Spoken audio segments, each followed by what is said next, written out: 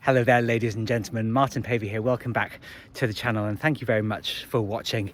I'm here in beautiful, beautiful surroundings. I've just taken back there. You can just see there's a little body of water. That's a lake, and there's a lovely little path that's drawn me in. I felt drawn over to record from this spot.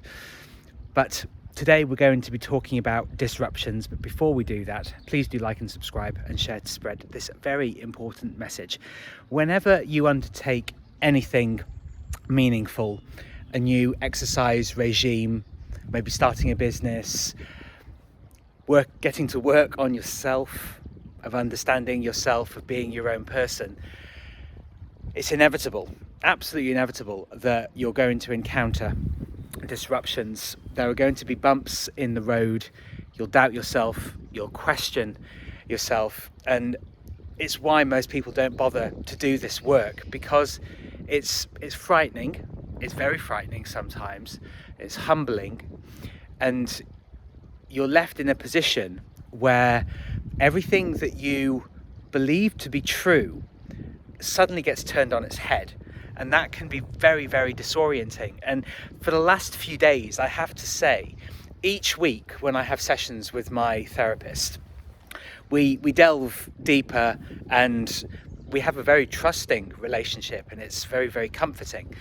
And each week, I reveal more about basically my history, my backstory.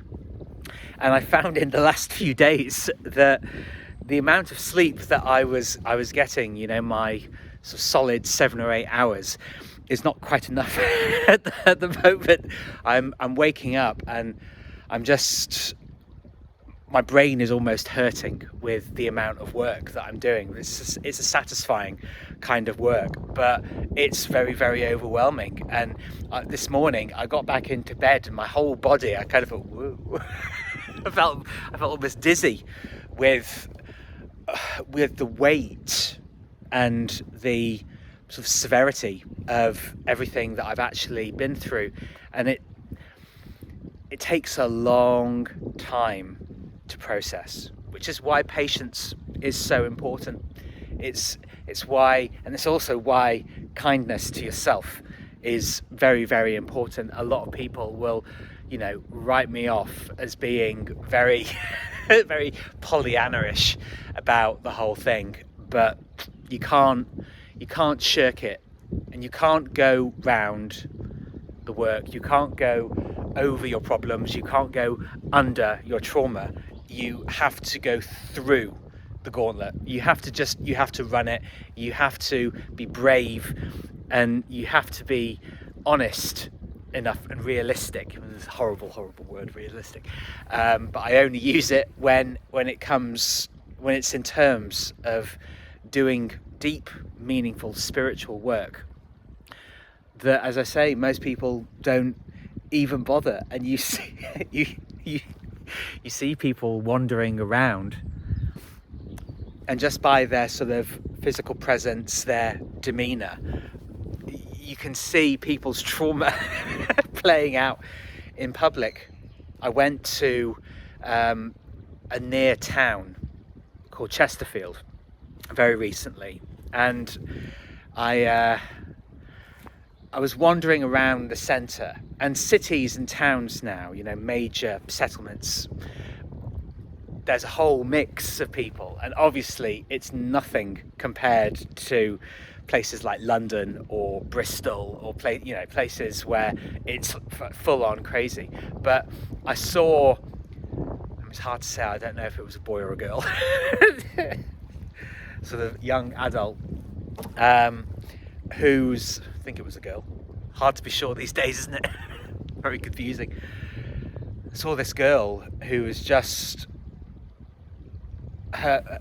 she had pierced her face so much that she almost didn't look human. I always remember that somebody talked about the amount of piercings somebody had. It looked like this person got caught in a ball bearings explosion. Shrapnel in their faces, and you can see the bizarre the bizarre turns and twists that people take and what people will do to themselves. And that's why I think that this spiritual work is so important. It's why it's so important to have help, somebody to listen, somebody to guide you, somebody who's objective, who isn't subject to any of the stuff that you've been through. It's very difficult if you try to do all this work on your own. It's very, very difficult to be objective and to have a real grasp, because I found that in avoiding going to therapy, I knew that I would do it at some point, but I did avoid it for a long time. I knew that I was going around in circles. I wasn't really living in the real world. I wasn't encountering the real world. And now that I've been back up here in my native Derbyshire it's over 5 months now, just a little over 5 months. And I'm really starting to feel the benefits of making that move, but truly having the time and space to be able to invest in myself, to be out here in this absolutely magic and glorious nature. It's where I honestly feel like I'm really, really meant to be. Just enjoying nature, the fresh air, people walking their dogs, getting to know the staff at the local shop. It's real life. I keep saying this, it's real life. And I think in order to really make progress in life, you need to have your own space, and you need to be able to carve out and craft your own life, to draw your own boundaries and assert those boundaries. It's very important. You don't just read a book, you have to apply the lessons that you learn from it. And just like with boundaries, when somebody comes up against your boundaries, no, you don't do that to me. I won't let you do that to me anymore. Because the true path of being self-empowered, self-determined and confident is that you actually do the doing. You don't avoid the difficult conversations. You define the boundaries, and you get to set them. You get to set whatever you like. But in doing that, this is another kind of disruption. What you'll find is that when you actually do start to assert yourself, it will feel extraordinarily awkward sometimes. Maybe it won't for you, but it will feel it'll feel weird. It will feel unusual. It will feel brand new, because it is. Most people you see, as I say, when you see people walking around playing out their trauma, people say that people are living quiet lives of desperation. It ain't so quiet. it's actually full blown out there in your face, and you can see it. You can witness it in people. And even when you're driving around and there are cars going to and fro, and you have boom, you get the hard rage. That's another form of it. It's everywhere. It's absolutely everywhere. The trauma. And people, it's extraordinary. People would rather have the trauma than have the solution. You can be right, or you can be happy. You can't be both. I've not seen any evidence that shows that you can, when I say being right, that people always want their own way with other people, with you. People always want you to defer to them. And I've been having loads of really, really vivid and strange dreams, quite poignant dreams. Last night it was about, I'd been reading about Jane Mansfield, and there's a myth that she died in a car crash. Probably because she was bumped off. Probably wasn't an accident. There are no accidents when it comes to Hollywood people. But there's a myth that she was decapitated. So part of my dream last night was getting rid of a decapitated head, and I think it was my mum speaking to me, saying, "Oh, the head's in the bin bag." It's going to roll out. And I remember in the dream I closed my eyes, and then, you know, I don't know how it got back into the bag, but it did, and then I sealed it all up, and, you know, getting rid of it. Dreams are always symbolic, you know, and you'll find that when you really start to work on yourself, that you will have these dreams, and they will feel quite sinister. But if you think, well, what does that represent? Well, it represents, you know, cutting off blood supply, you know, that the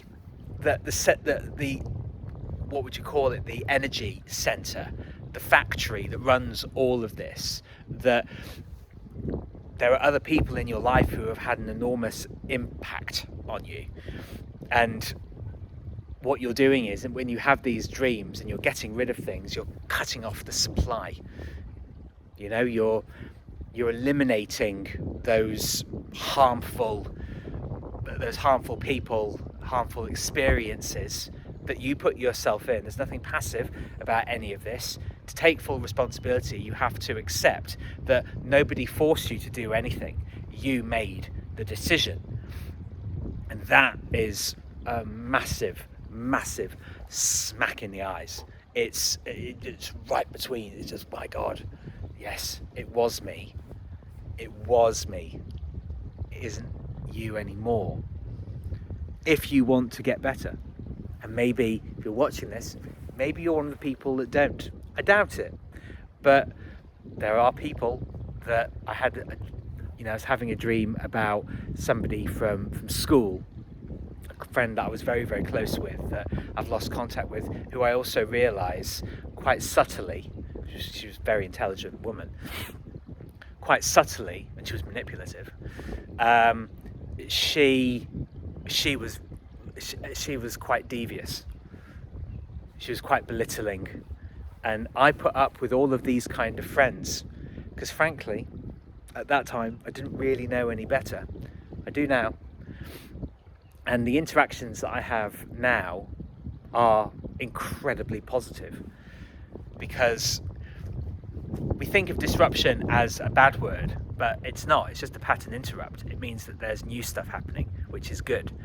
New patterns of behaviour, more healthy patterns of behaviour. That's really what I want for you. It's why I record these videos, because very few people will actually go out there.